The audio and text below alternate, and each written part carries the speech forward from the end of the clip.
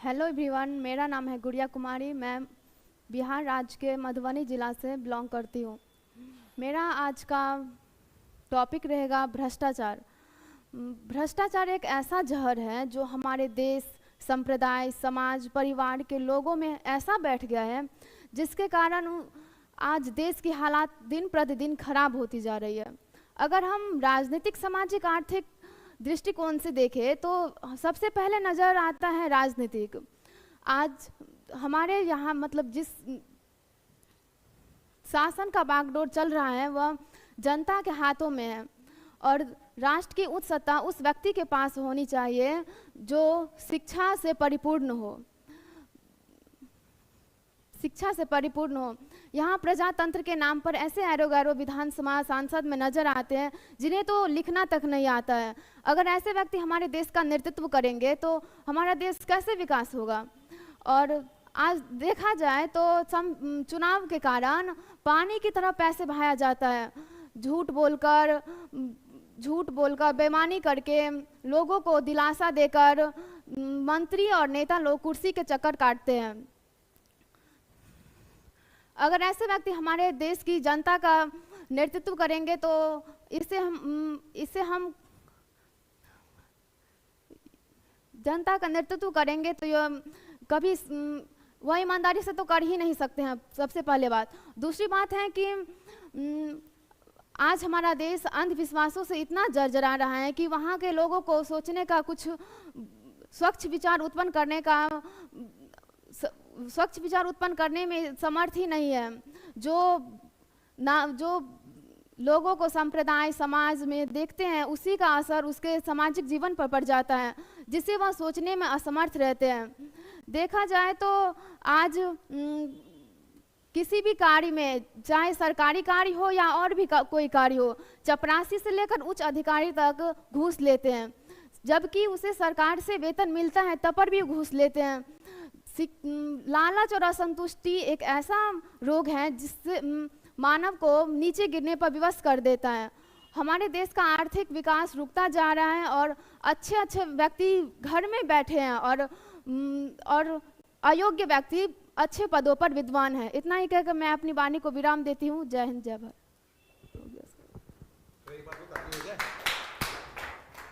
Thank you गुड़िया, very good. गुड़िया बड़ी अच्छी से अपनी बातों को रखी, स्पष्ट रूप से लिख रखी और भ्रष्टाचार के बारे में जो जहां तक इसके समझ में था उस बातों को कोशिश की रखने का। भ्रष्टाचार ही नहीं, अंधविश्वास को भी इन्होंने उजागर किया। नेक्स्ट जो है सनी जी आएंगे। आइए सनी।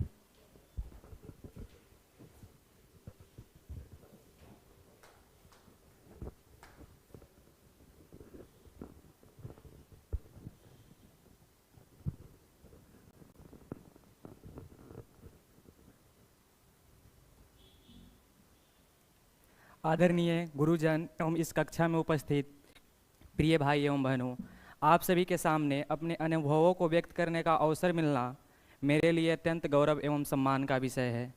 माननीय महोदय, मैं सनी कुमार पूर्वी चंपारण के एक छोटे से गांव फुलवड़िया के निवासी हूं, जहां प्राथमिक शिक्षा की गुणवत्ता तथा नागरिकों की साक्षरता दर आज भी चिंता का विषय है। मैं आभारी हूँ उन्हीं तकनीकी विद्यालयों एवं शासकीय महाविद्यालयों की जहां शिक्षा ग्रहण करके आज मैं सिविल सर्विसेज क्लास तक का सफ़र कर पाई। मैं आभारी हूं अपने माता पिता की, जिन्होंने छोटे बड़ों का भेदभाव न करते हुए मेरे अंदर की महत्वाकांक्षाओं को सदैव अपने जीवन की प्राथमिकता बनाई। उन्होंने अपने गांव, अपने देश और अपने संस्कृति पर सदैव गर्व करना सिखाया। माननीय महोदय, एक जनरल स्टूडेंट से सिविल सर्विसेज एस्पिरेंट बनने तक का सफ़र इनक्रेडिबल जीएस के प्रथम फाउंडेशन बैच से आरंभ हुई। हमारा राज्य बिहार प्राचीन काल से अपने देश और संपूर्ण विश्व के लिए कितना महत्वपूर्ण रहा है, इस मुद्दा पे हम थोड़ा चर्चा करेंगे।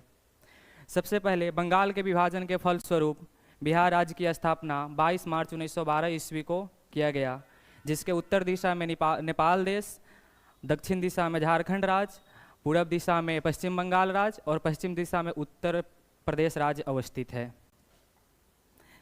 जहाँ पे प्राकृतिक आपदाएं समय समय पे आती रहती है। सबसे पहले आज पूरे वर्ल्ड में लगभग 195 देश हैं और विश्व के अधिकांशतः देशों में लोकतांत्रिक व्यवस्था प्रचलित है। कुछ ऐसे भी देश हैं जहाँ पे लोकतांत्रिक व्यवस्था कायम नहीं है, कुछ ऐसे भी देश हैं जहाँ लोकतांत्रिक व्यवस्था, अधिकांशतः देश है जहाँ पे अभी लोकतांत्रिक व्यवस्था है, जैसे नेपाल हुआ, श्रीलंका हुआ, पाकिस्तान हुआ, संयुक्त राज्य अमेरिका हुआ इत्यादि। विश्व में सबसे पहले लिच्छवी गणतंत्र की स्थापना बिहार के वैशाली जिला से प्रारंभ हुई। बिहार के वैशाली जिला से प्रारंभ हुई।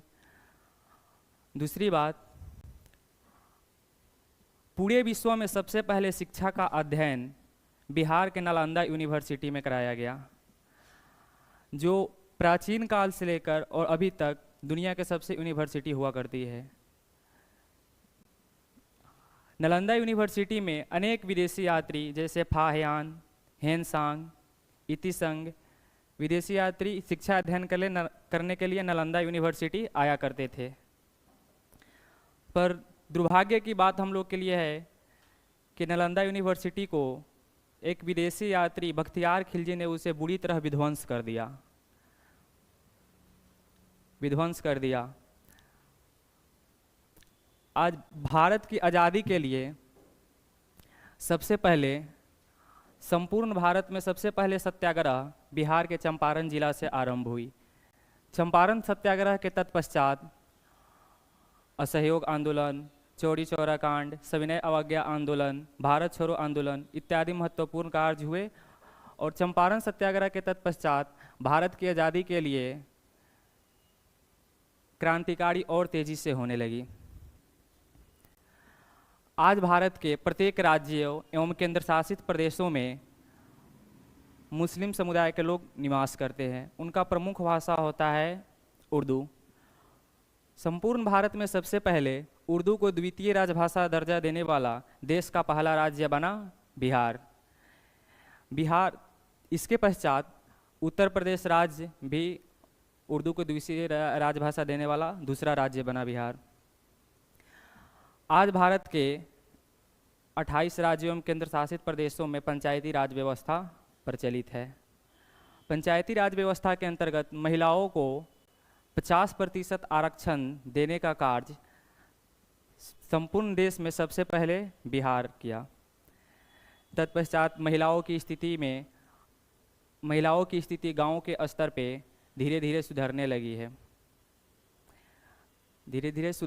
है। बिहार वह भूमि है जहाँ पे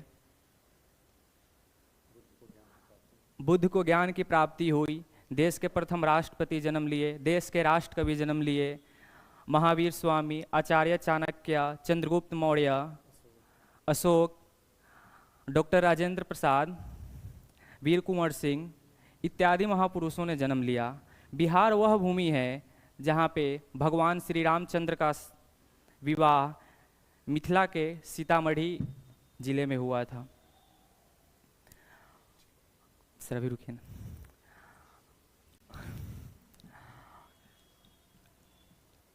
उपयुक्त बातों को ध्यान में रखते हुए ये कहा जा सकता है कि हमारा प्रांत बिहार अपने देश ही नहीं बल्कि संपूर्ण विश्व को प्राचीन समय से कुछ न कुछ ज्ञान देते आ रही है।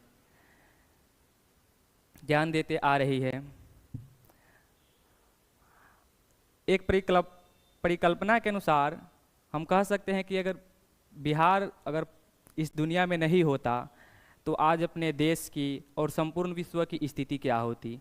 आज अपना बिहार नहीं होता तो आज विश्व के अधिकांशतः देशों में राजतंत्र व्यवस्था प्रचलित होती, लोकतंत्र व्यवस्था प्रचलित नहीं होती, क्योंकि लोकतंत्र का ज्ञान सबसे पहले विश्व में बिहार के वैशाली जिला में प्रारंभ हुई। अगर आज अपना बिहार नहीं होता तो आज संपूर्ण विश्व पे राक्षस राज रावण का राज चलता। जैसा कि हम सभी जानते हैं कि माता सीता की जन्म मिथिला में हुआ, बिहार के, उनका शादी अयोध्या हुआ, वो बन गई। अगर वो बन नहीं जाती तो उनका हरण नहीं होता, फिर भगवान राम राक्षस राज रावण का वध नहीं करते। अगर वध नहीं करते तो आज संपूर्ण विश्व पे रावण का राज चलता। आज अगर अपना बिहार नहीं होता तो भारत देश अभी तक गुलाम होती, क्योंकि भारत की आज़ादी के लिए प्रथम सत्याग्रह चंपारण से प्रारंभ हुई। आज अपना बिहार नहीं होता तो आज भी अपने गांव की महिलाओं की स्थिति दयनीय होती। अब मैं अपने शब्दों को यहीं पे विराम देता हूँ। जय हिंद, जय भारत।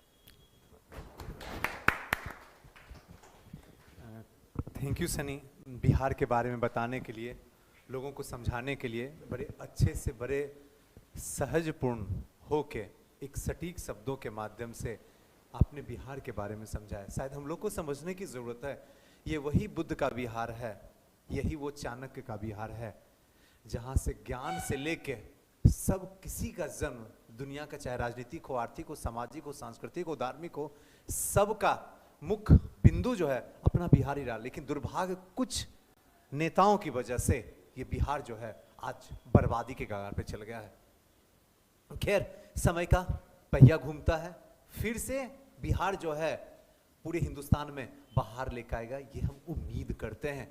और एक बात और जरूर करते हैं कि आप लोग यहाँ बैठे हुए हैं सब लोग, या जो लोग इस समय देखते हैं, आपको लगता है इससे तो बढ़िया हम बोल देंगे, बस वो लगता है। जब आप यहाँ पे आइएगा रियलिटी कुछ और है। जब यहाँ पे आने के बाद में कितना भी कोई तैयारी क्यों ना कर ले, यहाँ आने के बाद में पहले 5 बार ऐसे ही से होता है, इंसान करता अपने आप को कांस्टेंट करने के लिए, है ना। वो ऐसे ही से नहीं करता है, वो अपने आप को कांस्टेंट कर रहा, क्योंकि वाइब्रेट हो रहा है उसका बॉडी, क्योंकि सामने एक तो गुरुदेव है, दूसरा सामने कैमरा है, दुनिया देख रही है कि नहीं, और तीसरा मैं, इसे आपको लगता है। लेकिन फिर भी अगर आपको लगता है तो आप आ सकते हैं, आके ट्राई कर सकते हैं, है ना। अब कोई और नहीं आएंगे, अब आएंगे आकाश जी। आइए आकाश जी,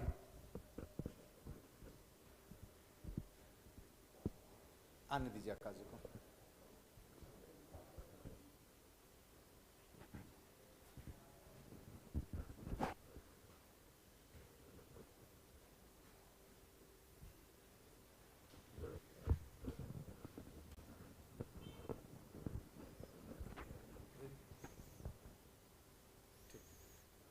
hello dear, I am Akash Kumar and मैं बिहार के मोतिहारी डिस्ट्रिक्ट से बिलोंग करता हूँ। मैं पहले साइंस स्ट्रीम का स्टूडेंट था, बट अनफॉर्चुनेटली मेरा कुछ मार्क्स के कारण मेरा एग्ज़ाम नहीं क्रैक हो पाया, तो मैं अपने फ्यूचर का एक बेसिक फाउंडेशन बैच यहाँ से स्टार्ट करते हुए बीपीएससी का प्रिपरेशन अभी स्टार्ट किया हूँ। हालांकि मुझको इस बारे में कुछ भी मालूम नहीं है, आर्ट्स के बारे में। और मेरा आज का टॉपिक है पॉपुलेशन कंट्रोल। जो जनसंख्या आबादी जो है काफ़ी हद से ज़्यादा जो रेट है काफ़ी बढ़ते जा रही है बिहार में, उसी पे मेरा चर्चा रहेगा। सर्वप्रथम मैं बता दूं कि पॉपुलेशन जो उसके 3-4 मुख्य कारण हैं, जिसका सबसे पहला मुख्य कारण है अशिक्षा।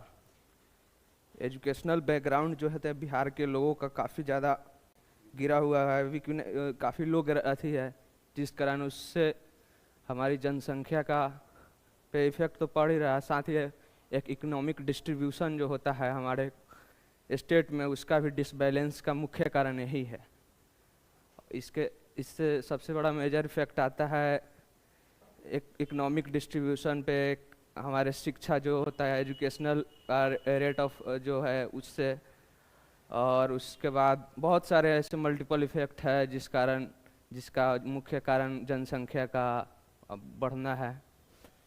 इसे कंट्रोल करने के बहुत सारे उपाय है। एक तो स्लोगन जो होता है प्रिंट मीडिया द्वारा, ये सब द्वारा जागरूकता करना लोगों को, कुछ डिस्ट्रीब्यूशन करना प्राइज का, कि जिनके पास इस कैटेगरी के अंदर जो आएंगे, जिनके पास 2 बच्चे होंगे, उनको कुछ प्राइज डिस्ट्रीब्यूशन द्वारा उनको एक्साइटमेंट अंदर से देना कि हाँ, लोगों को इसके प्रति जागरूकता फील हो कि हाँ इससे कुछ फ़ायदा है, कुछ स्पेशलिस्टी उनको ज़्यादा देने का, गवर्नमेंट को हाँ कुछ योजना चलाना, उस टाइप के जो स्लोगन है हम दो हमारे दो, इस टाइप के कुछ उससे प्राइज को डिस्ट्रीब्यूट करना, उससे एसोसिएट करके, उससे जोड़कर उनको विशेष कुछ लाभ देना है, ऐसे जिनके पास 2 या 2 से अधिक बच्चे हैं उनके अलावा उनको कुछ, जिस कारण लोगों में उत्साह जागृत हो।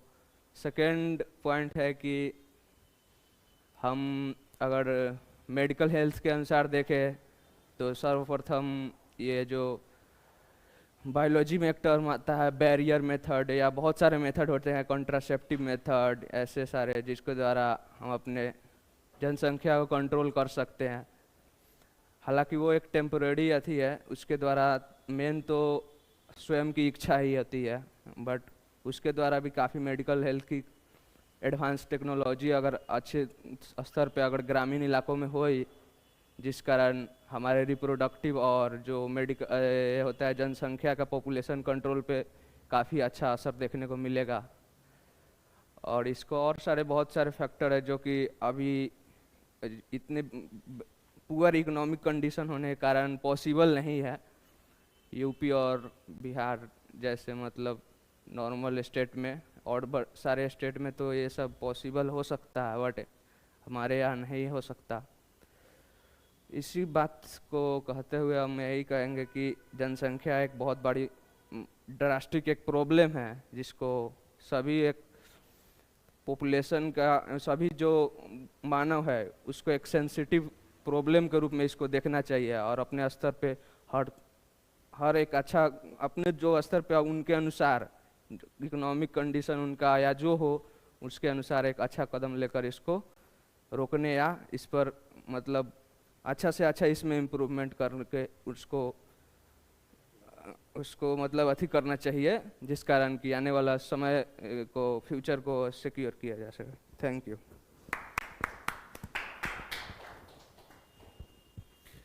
थैंक यू आकाश जी। आकाश जी के बारे में कुछ शब्द नए हैं, है ना, आज ही इनका एडमिशन हो, कुछ शब्द इनके बारे में जरा बता दिया जाए, है कि नहीं। बड़े शर्मीले स्वभाव के हैं एक, और बड़े स्वावलंबी हैं। जीवन में बस एक ही टारगेट लेके चले, बस IIT। बहुत सारे इंस्टीट्यूट मिली लेकिन कहीं पे कोई इनकी चॉइस नहीं थी, नहीं मिली, कोई बात नहीं, कोई गम नहीं है। इन्हें बड़े अच्छे से बताते थे सुजीत सर, बस ज़िंदगी का एक ही मकसद है और एक ही फंडा है, हम किसी काम में असफल होते हैं, ज़िंदगी में नहीं होते हैं। हमने ज़िंदगी को एक नए रूप से, नए रंग से इसको जोड़ने की कोशिश की है, और ये फिर से इस मोड में, यानी कि BPSC के मोड में ये चले आए। इनकी एक खासियत, बड़ी अच्छी सी बात है कि बड़े सौम्य हैं और बहुत कम बोलते हैं।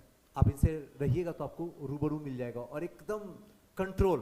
बहुत कम ऐसे व्यक्ति मिलते हैं जो अपने आप को कंट्रोल करते हो, और ऐसे भी क्यों ना कंट्रोल हो। चंपारण के जो निकले, है कि नहीं, लेकिन चंपारण के सब नहीं, है कि नहीं, कुछ ही लोग हैं। कुछ लोग बड़े डेंजरस वाले मनुष्य भी आए हुए हैं चंपारण के, नाम नहीं बोलना चाहूँगा यहाँ से, नहीं तो जो भी वीडियो देखें कहेंगे तुम्हारे बारे में सुजीत सर बोल रहे थे। एक बार फिर से आकाश जी थैंक यू।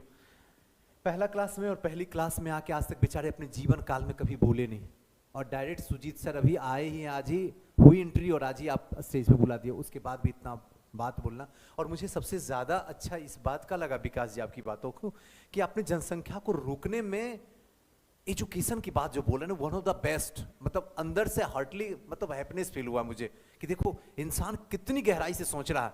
आप इसमें बहुत सारी पॉइंट होती है, अनलिमिटेड पॉइंट है, और हर पॉइंट कहीं ना कहीं उसका काउजेस बनते चला जाता है, लेकिन उनमें जो सबसे इंपॉर्टेंट है, जो इमीडिएटली कॉज है, वो है एजुकेशन, और वही बात आपने रखा।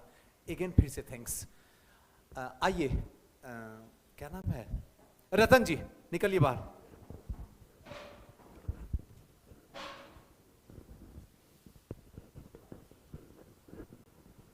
बाल नहीं कटा लेते हैं रतन जी, यहाँ भी गिर रहा, इससे क्या होगा, काला हो जाएगा पूरा।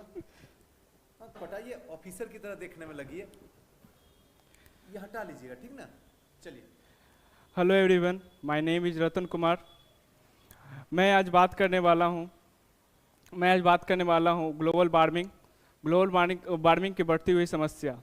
ये हमारे देश की नहीं, पूरे विश्व की बहुत बड़ी समस्या बनी हुई है, और बनने दिन पर दिन बढ़ती ही चली जा रही है।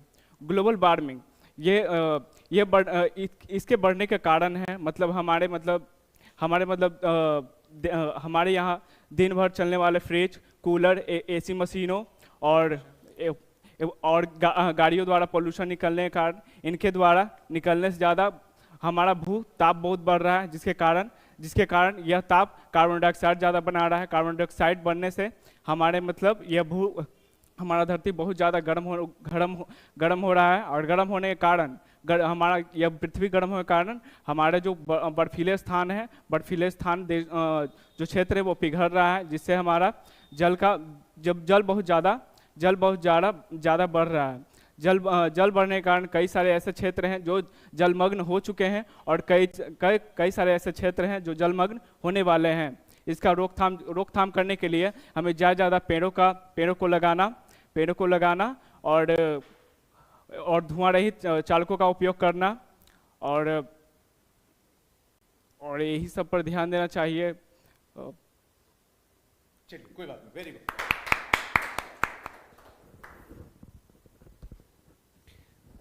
थैंक यू रतन जी। रतन जी ने बड़ा अच्छा मुद्दा उठाए, है ना। पर्यावरण की रोकथाम करना है, प्रदूषण को कम करना है, ग्लोबल वार्मिंग को जो है उसको क्या करना, कम करना है। देखिए, एक चीज तो आपको बता देते हैं, आपको कभी शर्माना नहीं है। देखिए, मैं आपका टीचर हूं ना, मैं गुरु हूं, मेरा फर्ज और धर्म बनता है कि मैं आप पे गुस्सा करूं। एक अच्छा शिक्षक जो होता है वो गुस्सा करता है, एक अच्छा शिक्षक होता है जो कड़वी बातें बोलता है कि नहीं। और एक बिजनेस वाला जो टीचर होता है वो हमेशा मीठी बातें बोलता है।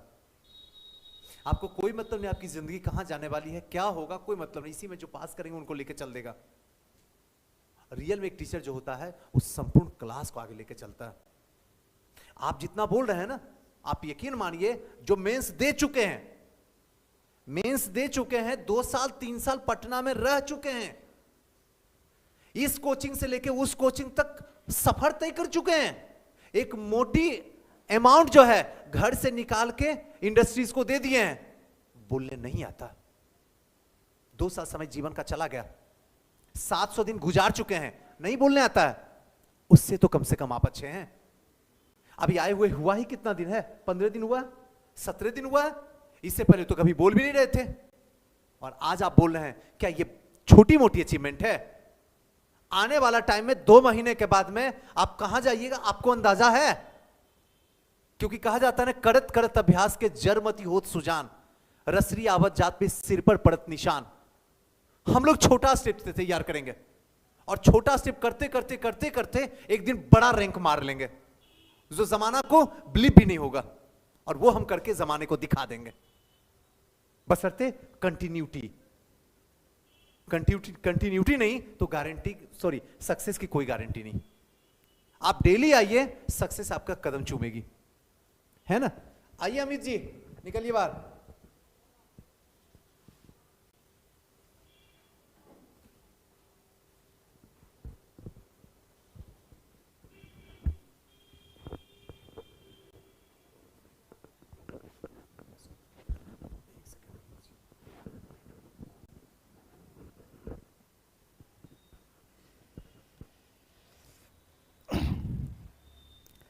हेलो दोस्त, मेरा नाम अमर प्रसाद है।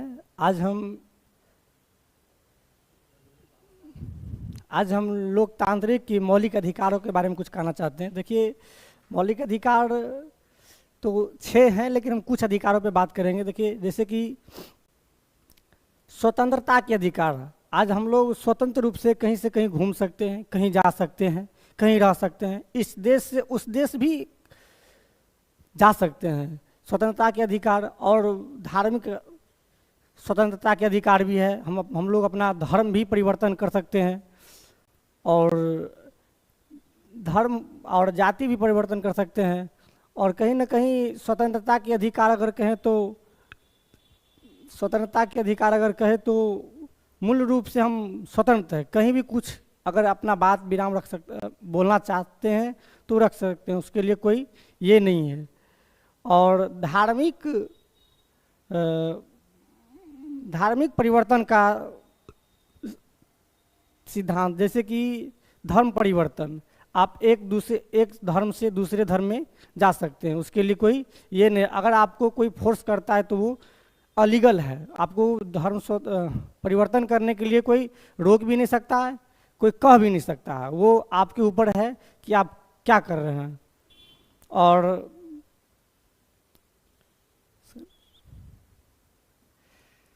ओके।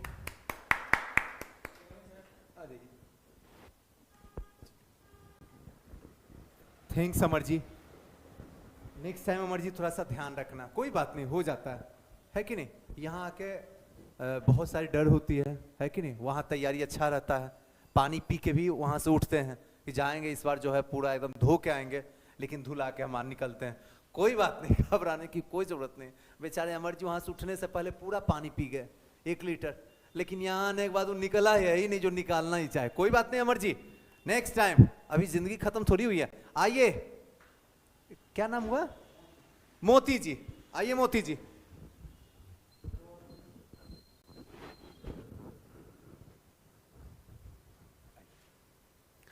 हेलो दोस्तों, मेरा नाम हुआ मोती कुमार। मेरा ग्रेजुएशन हो चुका है 2019 में ही। हम आज बोलना चाह रहे हैं बौद्ध धर्म के ऊपर। हम अभी सारा पूरा तो नहीं पढ़े हैं, पर जितना पढ़े उतना कोशिश करते हैं। बौद्ध धर्म का स्थापना जो है वो महात्मा बुद्ध के द्वारा किया गया था। बुद्ध का जो बचपन का नाम था वो सिद्धार्थ था, और ज्ञान प्राप्ति के बाद उनका नाम बुद्ध पड़ा। बुद्ध का शाब्दिक अर्थ होता है ज्ञान प्राप्त व्यक्ति, यानी कि वो ऐसा व्यक्ति जिनके पास पर्याप्त ज्ञान हो चुका है, उनको अब ज्ञान की जरूरत नहीं है। और जहाँ तक कि हम बात करते हैं उनके फैमिली बैकग्राउंड के बारे में, तो उनकी माता का नाम महामाया थी, और उनके पिता का नाम सुद्धोधन थे, जो शाक्यगण के मुखिया थे। और गौतम बुद्ध के जन्म के कुछ दिनों के बाद ही उनकी माता का निधन हो गया था, तो उनका पालन पोषण जो है उनकी मौसी, जिनका नाम गौतमी प्रजापति गौतमी थी, उन्होंने ही गौतम बुद्ध का पालन पोषण और सारा कुछ किया। गौतम बुद्ध के बारे में कोई बताए थे कि ये आगे जाकर के, या तो कौंडिल्य जिनका नाम था, वो बताए थे कि वो गुरु थे, वो बताए थे कि ये आगे जाकर के या तो बहुत बड़ा राजा बनेगा या फिर बहुत बड़ा ये साधु बनेगा। पर समय का पहिया घुमा। उनके पिताजी और माता जो मौसी थी, वो उनका इच्छा तो ये था कि ये बहुत बड़े राजा बने। उनको सारा सुख सुविधा दिया गया, और सारा सुख सुविधा दिया गया। 16 वर्ष की अवस्था में ही उनका विवाह यशोधरा नामक कन्या के साथ किया गया, जिनसे उनको एक पुत्र की प्राप्ति हुई जिनका नाम राहुल था। और गौतम बुद्ध 29 वर्ष की अवस्था में घर छोड़ दिए। घर छोड़ने के पीछे कारण ये था कि वो जब एक बार राजमहल से बाहर निकले तो उनको 4 दृश्य दिखाई दिया। पहला कि एक बीमार व्यक्ति जिनका मन दुखी था, और दूसरा एक बूढ़ा व्यक्ति जिनका शरीर जर्जर हो चुका था, पूरा समाप्त हो चुका था, और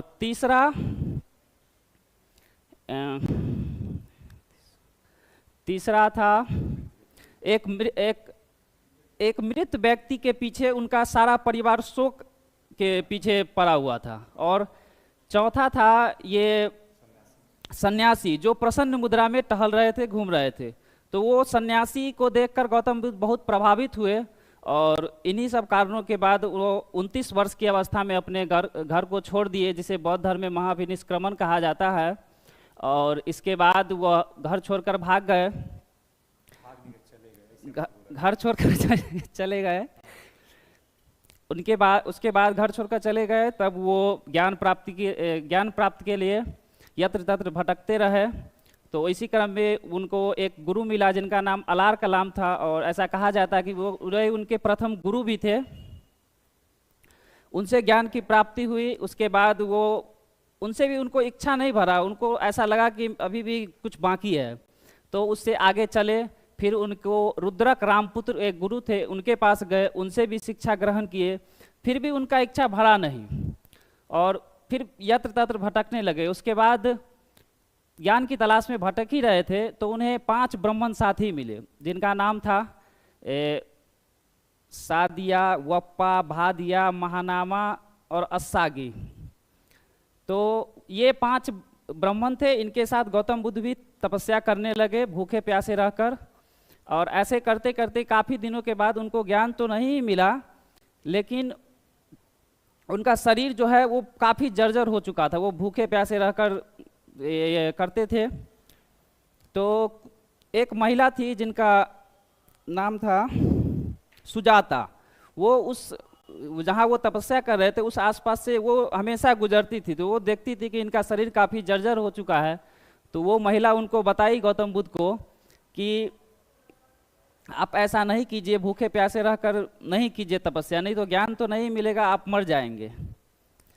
तब उन्हीं के बातों पर वो गौतम बुद्ध उनके द्वारा दिया गया खीर खाएं, और ऐसा जब वो पांचों ब्राह्मण देखे तो वो गौतम बुद्ध को पथभ्रष्ट कहते हुए इनको छोड़कर चले गए, ये अकेला हो गए। तब गौतम बुद्ध अकेले ही तपस्या किए और बाद के दिनों में जाकर 35 वर्ष की अवस्था में उनको ज्ञान की प्राप्ति हुई, जिसे बौद्ध धर्म में संबोधि कहा जाता है।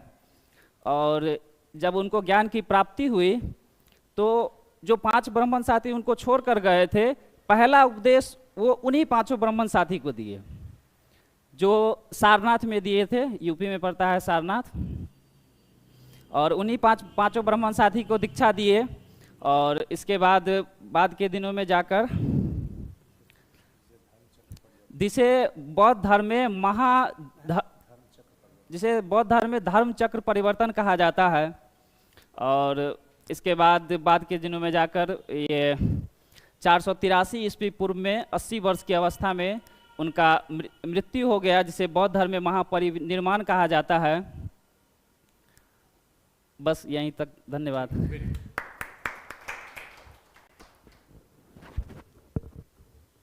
थैंक यू मोती जी, बड़ा अच्छा बुद्ध के बारे में समझाए आपको, है ना।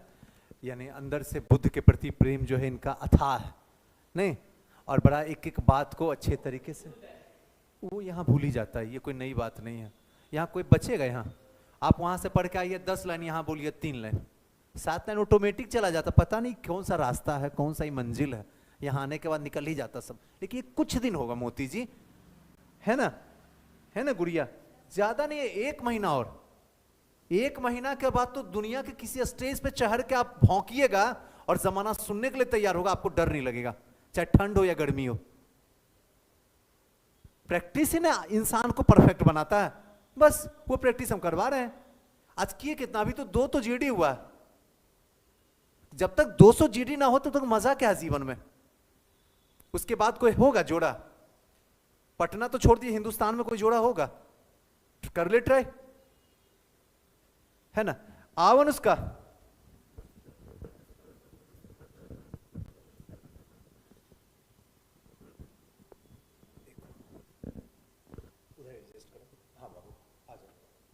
Hello everyone, good evening. चिल्ला के जैसे मम्मी से बोलती हो। Hello everyone, good evening. मेरा नाम अनुषा कुमारी है, मैं पटना जिला से हूँ। मेरा आज का टॉपिक है दहेज प्रथा। दहेज प्रथा एक गांव की बड़ी सी समस्याओं में से एक है। दहेज प्रथा विशेषकर देश की बड़ी समस्या। अच्छा, फिर से बोलो। दहेज प्रथा विश्व ठीक है सर, कह सकती हो, कहो।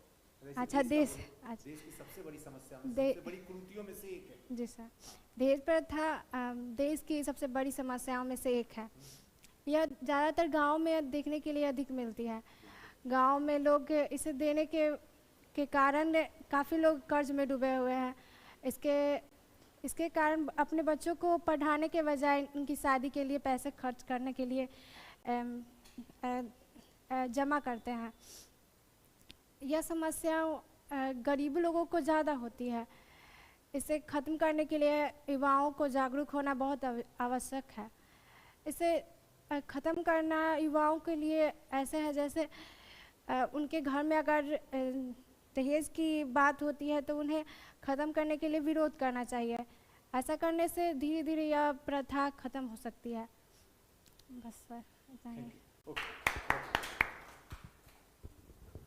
Thank you Anushka, very good.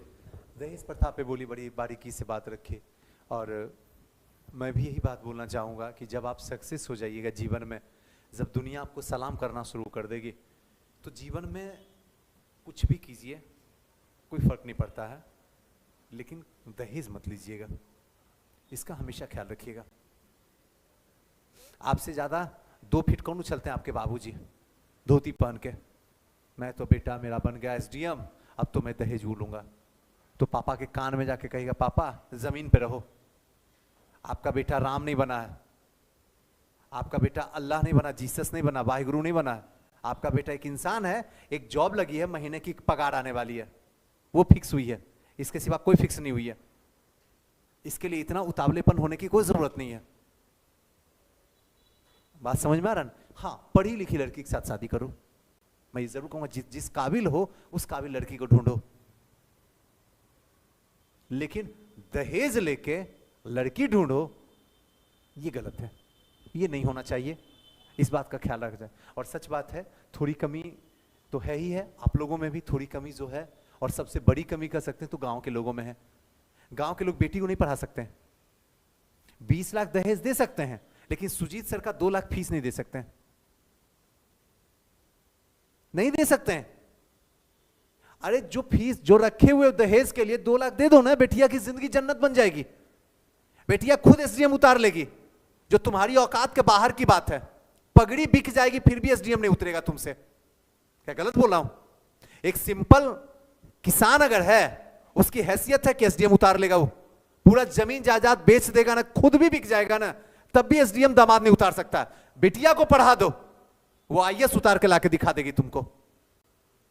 पगड़ी भी सुरक्षित रहेगा, जमीन जायदाद भी सुरक्षित रहेगा, और दामाद भी आईएएस उतर के आ जाएगा घर पे। लेकिन लोगों को समझाऊं तो कैसे समझाऊं? लोग समझने के लिए तैयारी आज भी नहीं है। एकदम पढ़ाओ, जी जान लगा के पढ़ाओ। गरीब घर में शादी जरूर करो। 20 लाख देके कर रहे हो ना शादी, 12 लाख देके शादी करो, 8 लाख उसको पढ़ाने में लगाओ। अगर गरीब घर में भी जाएगी ना, उस घर को जन्नत बना कर रख देगी। अमीर घर में धर आओगे, 10 दिन के बाद डिवोर्स हो जाएगा। जाना उछल कूद के पुलिस थाना में लिखाने के लिए FIR, और चक्कर पे चक्कर लगाते रहना। शायद इस मैसेज को ज्यादा से ज्यादा आप लोग क्या कीजिए, फॉरवर्ड कीजिए, लोगों को समझ आए। गांव की बिटिया भी गांव से निकल के शहर में आके अपनी जीवन जिए, एसडीएम बनने के लिए पूरी कायनात को झोंक दे, है ना? चलिए आइए। कैसा फील हुआ? लगा चली थी आंधी, समझ में आया? सुन्न सा हो गया ना दिमाग? आज आपको छोड़ दिए, लास्ट वार्निंग। जॉनसन जी, कल हम ब्रेटली बना देंगे नेक्स्ट टाइम में, याद रखिएगा। चलें? कहेंगे सुजीत सर आप इतना करते हो, स्टूडेंट का जान ले लोगे। जान नहीं ले लेंगे, हमको 1 साल में जॉनसन जी रिजल्ट चाहिए बस। या तो रिजल्ट दीजिए, नहीं तो घर जाइए, पटना में भीड़ नहीं लगाइए। पूरी ताकत लगाओ, पूरी मेहनत लगाओ। रात को रात ना समझो, दिन को दिन ना समझो। पागलों की तरह मेहनत करो कि जिस साल तुम बैठो एग्जाम में, उस साल रिजल्ट होनी चाहिए, है ना आकाश जी? बस अगर 2 कदम पीछे चले हो तो अगला जो छलांग लगेगा वो 10 कदम आगे का छलांग लगना चाहिए। बताना चाहिए जमाने को, अबे तुम IIT कंप्लीट किया, बे इंजीनियर हो, और हम इस जिला के ही मालिक हैं, है कि नहीं? उसको भी 4 साल लगेगा ना। भी बीटेक 4 साल के बाद ही होगा ना। 4 साल में तो तुम तो 40 रात जीत जाओगे, है कि नहीं? बस मेहनत होनी चाहिए पागलों वाली। आइए आगे चलते हैं। क्वेश्चन बताइए, पीछे वाला क्वेश्चन पे चर्चा करें। पीछे कोई क्वेश्चन बताइए जो दिए हम जो दिए हैं। इसके पीछे क्या बोले? हाँ, गांव में। आइए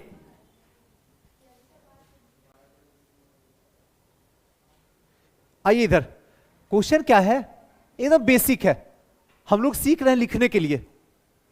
हम लोग पूरी कोशिश कर रहे हैं कि हम लिखने के लिए क्या करें, सीख जाएं। और लिखने के लिए, सीखने के लिए आपको क्या करना होगा?